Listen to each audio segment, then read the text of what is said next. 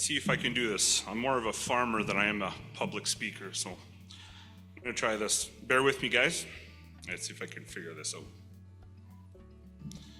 Okay, so obviously they blew the bubble for my start here. So how many of you know the furthest north dairy farm in Canada? Well, it's Enterprises Lavoie, based out of St. Isidore, Alberta, which is just outside of Peace River, if anybody wants to know.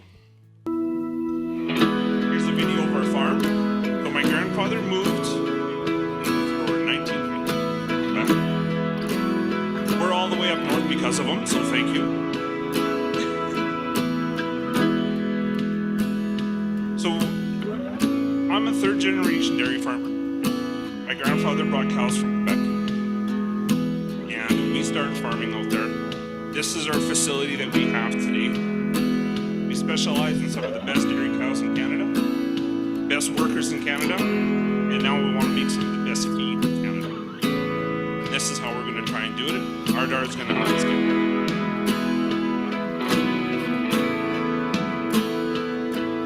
Trust me, it doesn't look like that. It was not very good.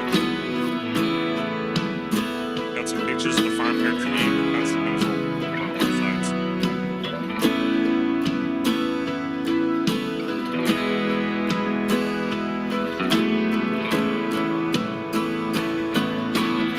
So this morning I'm at Lavoie. All right, let's skip this over. Okay, again, you can see here, I said a little bit of what was going on. So when my grandfather moved here to St. Isidore, he came with his family. So the family grew to 13 children altogether and had a large dairy farm, a hay export facility, and 2 large cropping divisions. In recent years, these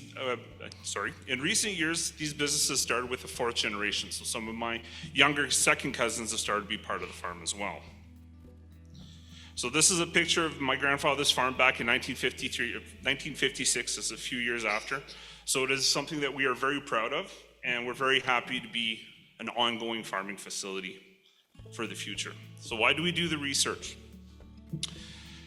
Well, in our need to be progressive in our ag practices, it's very important to maintain our facilities, to maintain our quality, have long-term viability for our farm, and the future generations that come after us.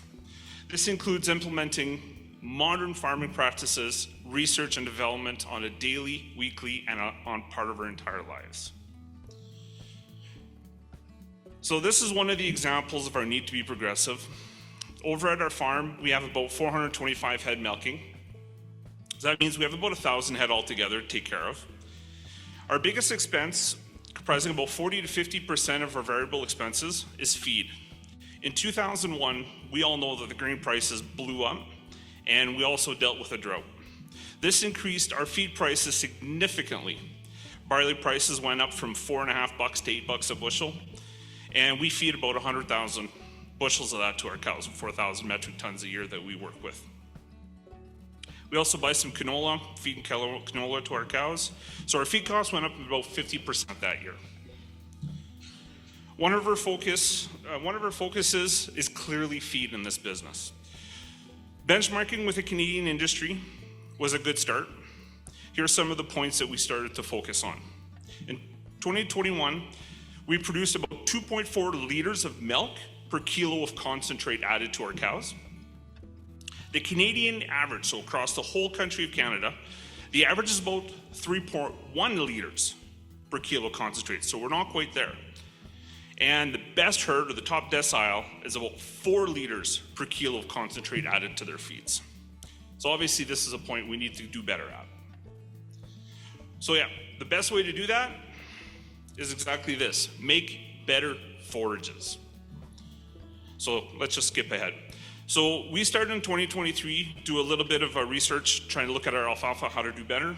We went on to 24, working with Ardar, and this is what we went ahead and did. So we tried some millets, we tried some forage oats, milling oats, wheats, we even tried some sunflower. Interesting story on sunflowers, if somebody wants to talk to me about that later. Corn, 2 different varieties of corn, talking some specialties, and we decided to do about 10 to 12 acre patches of each and try to compete with each other and trying to see where would we get the best feed. So what did we find doing all this work? Well, I learned how to read feed analysis very, very well. Yeah, I'm good for this year. I don't want to see anymore. Again, like I said, this being our second year, it came clear to us that quality outvalued quantity in forages. Whenever we chose to wait to harvest for whatever reason to gain some tonnage, it was never the right answer. The volumes gained by harvesting later was not worth the extra cost in concentrate to balance out our feed. So again, talking with nutritionists, working with the feed industry for years, for legumes, we all know that the golden rule for feed when looking at a feed analysis is the 20-30-40 rule. We need to make the changes in our harvesting practices to make sure that we can obtain that golden rule. Well, it's never perfect, but it's a good start. So going through some of these analysis, we look at some of the items. This is our third cut hay from this year. It looks pretty good, but we see a lot of these. So this is our first report here. I'll try and show you in our alfalfa. So as you can tell, we took samples over a period of time. Every about 3 to 5 days, we took a sample. And as you could tell, as time went along, quality just never stood there. Yes, our alfalfa grew more, but the quality wasn't there. Again, our second cut alfalfa, some of the information was missing here because it's still early data, but we can basically say the same thing with our second cut. As we waited longer, quality wasn't there. Protein dropped off, digestibility was no longer there, total digestible nutrients, relative feed value, it was all decreasing over time. So we did some pea silage. Again, same story applies here, guys. So this is a lot of what this research said, and over a period of time, how early we start, how late we go, basically says the same story over and over again. All right, some of our barley silage.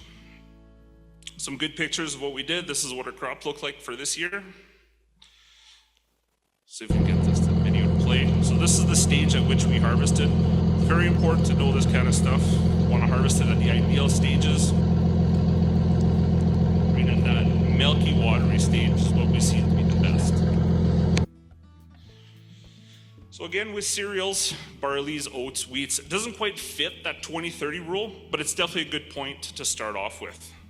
So again, because they are higher in starches, but the alfalfas aren't, we have to use the best methods to balance out what the higher starches do with the proteins in our alfalfa. So that's what we use to try and get the ideal in our cereals. So again, this is some of the research that goes straight through again. Over a period of time, protein drops, digestibility doesn't follow. Starch does increase though, but that's the whole point of trying to learn what feeding and harvesting does. It's all about trying to find balance. All right, this is our millet. It was a crazy year back home. The millet was all the way up to my chin this year. It was crazy, about 4.5 tons an acre is what we were able to get off our millets. So again, you can see it here over time. Our German versus our Japanese millet, again, over time, it drops. So that's basically what we figured out. It was a lot of research to figure this out. And our goals are always to figure out the best time to harvest.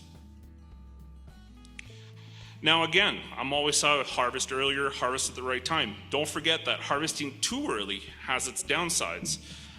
What we experienced in January, February, and March of 2023, where we did harvest a whole lot of really nice third cut, we obviously harvested too early, made very expensive feed. So we didn't get a whole lot of gains in our milk production, but we made a lot of very expensive manure because the cows ate a lot more of it, and we didn't get a whole lot of benefits for it, so not the best.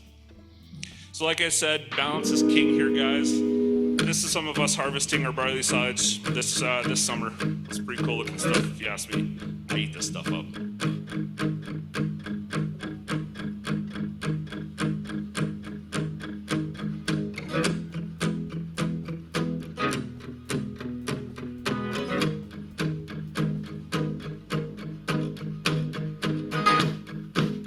Yeah, I still get amazed looking at it. I do this every day and I still love it. All right, guys, thank you very much.